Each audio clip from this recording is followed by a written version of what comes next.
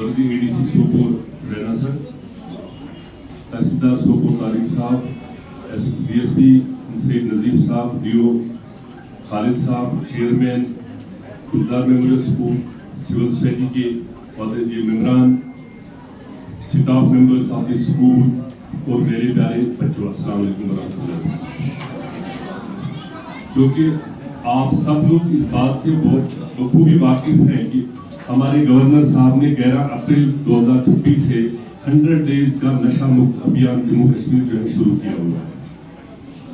तो इस सिलसिले में आपके बीच ज्यादा न रहते हुए चंद एक दो बातें आपको बता दूंगा, क्योंकि वक्त की कमी है। यहाँ एडी साहब है, तहसीलदार साहब हमारे डीएसपी साहब है और आप लोग बच्चों की पढ़ाई भी है, तो इसमें ज्यादा मैं ये वक्त आपका नहीं दूंगा।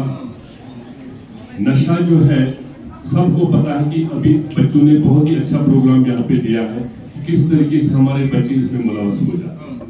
इसमें जो है बच्चे जो हमारे यहाँ पे है, इनको तरबियत अच्छी करनी है, पेरेंट्स की जिम्मेदारी है और स्कूल टीचर्स की जिम्मेदारी है। सबसे अहम रोल जो करते हैं कर सके वो पेरेंट्स और स्कूल टीचर्स, जिनके पास ये बच्चे हमारे होते हैं, जिनके पास हमेशा एक अपना टाइम गुजारते हैं। तो तालीम के साथ साथ अच्छी तरबियत की जरूरत है। तरबियत के साथ साथ अपना जो है हमें ख्याल रखना चाहिए बच्चे का।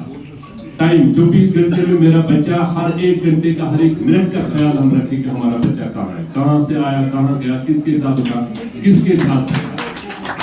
जब भी हमारे पेरेंट्स और हमारे स्कूल टीचर इस चीज का ख्याल रखें तो हमारा समाज को सुधरने में टाइम नहीं लगेगा। इस नशे को हमारी इस जमीन से खत्म होने में कोई टाइम नहीं लगेगा। पुलिस एडमिनिस्ट्रेशन अपना काम करती है, आप आए दिन देखते होंगे कि हम पकड़ते हैं, लेकिन ये है कि वबा फैली हुई, फिर हम इस वबा का इलाज करते हैं। प्रिवेंशन जो है उसमें ज्यादा रोल जो है मेरे ख्याल में पेरेंट्स और टीचर्स का है। तो इसलिए मेरी मौजूदा गुजारिश है यहाँ के टीचर्स के साथ से और यहाँ जो हमारे प्यारे बच्चे हैं इनके वालिदैन से, जिनके साथ बच्चे होते हैं, इनको बच्चे की एक्टिविटीज का ख्याल रखना है। अगर आपके स्कूल में 60 बच्चे एक सेक्शन में, एक टीचर को हर एक बच्चे का जो है उसकी एक्टिविटीज के बारे में पता होना चाहिए। इवन टीचर को ये नहीं 4 बजे बच्चा या 3:30 बजे यहाँ से निकल गया फिर घर में क्या करा, मेरी जिम्मेदारी नहीं है। ये कई बार ये क्या होता है, हमारा ख्याल क्या होता है कि टीचर बोलता है मेरी जिम्मेदारी जो है 9:30 से 3:30 तक है, माँ बाप बोलती है मेरी जिम्मेदारी है 3:30 से सुबह के 9:30 तक। ठीक है, जब हम अपनी जिम्मेदारी पे जाएंगे तो किसी की जिम्मेदारी नहीं रहती। फिर हम बीच में टाइम जाता है 3:30 से इसको 1 घंटा घर पहुंचने में लगता है, वो घंटा किसका है। अगर ये बच्चा खराब होता है घर में तो स्कूल पे भी इसका असर पड़ता है, अगर ये स्कूल में खराब होता है तो घर पे भी इसका असर पड़ता है। जब दोनों जगह असर पड़े तो हमारे समाज पे असर पड़ता है। तो इसलिए हम लोगों को बहुत ही इस चीज का ख्याल रखना है, बच्चे के हरकत सकना। एक टीचर जो है उसको जज करना चाहिए, उसको लगेगा कि इतना ही सिंपल नहीं कि हम देखते हैं बच्चा स्कूल आया नहीं आया। आजकल के इस दौर में आप जल्दी जो है 9:30 बजे बच्चा स्कूल में, हमें मैसेज आती है आपका बच्चा स्कूल नहीं आया। चलो एक चीज हमें पता चलता है, अगर घर से निकला गया था, लेकिन घर में भी बैठा है, सुबह इसने माँ बाप को झूठा बहाना तो नहीं कि मेरे सर में दर्द है, सर में दर्द, घर में कमरे में पूरा दिन अकेले, रात को सोया भी नहीं। तो माँ बाप को वो ये जज करो। दूसरे दिन जब ये स्कूल आएगा तो बच्चे से थोड़ा पूछताछ करनी है, बड़े तरीके से प्यार से उससे पूछना है। तो मेरे बच्चों यहाँ पे बच्चे जो हमारे, इनसे भी मेरी ये गुजारिश है, बच्चे हमारे प्यारे बच्चे हैं, आप हमारा मुस्तकबिल है, आप हमारा आने वाला कल है। तो इसलिए अच्छे बुरे की पहचान आपको होनी चाहिए। हमारे टाइम में इतना अच्छी तालीम नहीं थी, लेकिन तरबियत मुझे लगता है अच्छी, तो उस तरबियत की तरफ हमें जाना होगा, तभी जो हमारा समाज इन बिदात से, इन समाजी बुराइयों से दूर होगा। तो बाकी आप लोग सुनते हैं आए रोज, आजकल ज्यादा जरूरत नहीं, यहाँ मोबाइल खुला, सब चीजें हमें पता चलती है, नशे के असरात क्या है, नशे के बुरे असरात क्या है, नशे से क्या होता है, कैसे फैलता है समाज में। रोज आप प्रोग्राम सुनते हैं, लेकिन जिम्मेदारी लेनी है, हर एक को जिम्मेदारी लेनी है, पुलिस वाले को जिम्मेदारी लेनी है, रेवेन्यू डिपार्टमेंट को जिम्मेदारी लेनी, एक्साइज को, हर एक जो भी एडमिनिस्ट्रेशन के डिपार्टमेंट से उनको जिम्मेदारी, और उसके साथ साथ स्कूल टीचर्स को जिम्मेदारी, पेरेंट्स को जिम्मेदारी लेनी।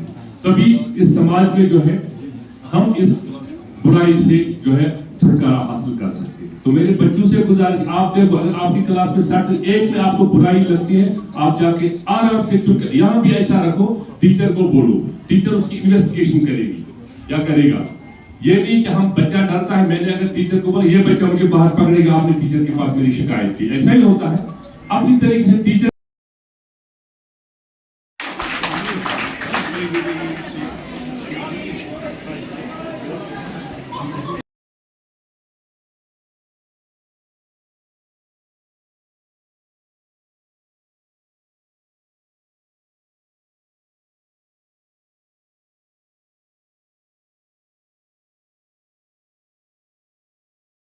आज हमने देखे, हमने 3 स्कूल को क्लब करके एक बड़ा प्रोग्राम रखा था। इसमें काफ़ी सारे बच्चे थे तीनों स्कूल्स के, एंड इसमें हमने कुछ रैली भी निकाली है, जिस रैली से यही मैसेज देना चाहते हैं जितने भी लोग दाएं बाएं हैं, जो हम डायरेक्टली अपने सोर्स से एंड कुछ आपके सोर्स से भी ये बताना चाहेंगे कि हमने कोशिश करनी, ड्रग्स जो यहाँ पे बिदत है इसको हमें दूर करना है, इसका जड़ हमने काटना है, अपने आप को बचाना है, अपने फैमिली अपने दोस्तों को बचाना है।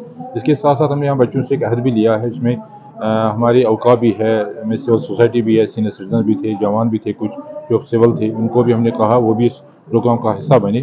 एंड एक प्लेज हमने लिया कि हम कोशिश करेंगे अपने आप को बचाने के लिए, अपने रिलेटिव्स, अपने फैमिली, अपने फ्रेंड्स, अपने नियर्स डियर्स को बचाने के लिए कोशिश हम करेंगे पूरे भारत को हम ड्रग्स फ्री बना सकते हैं अगर हम हद दें।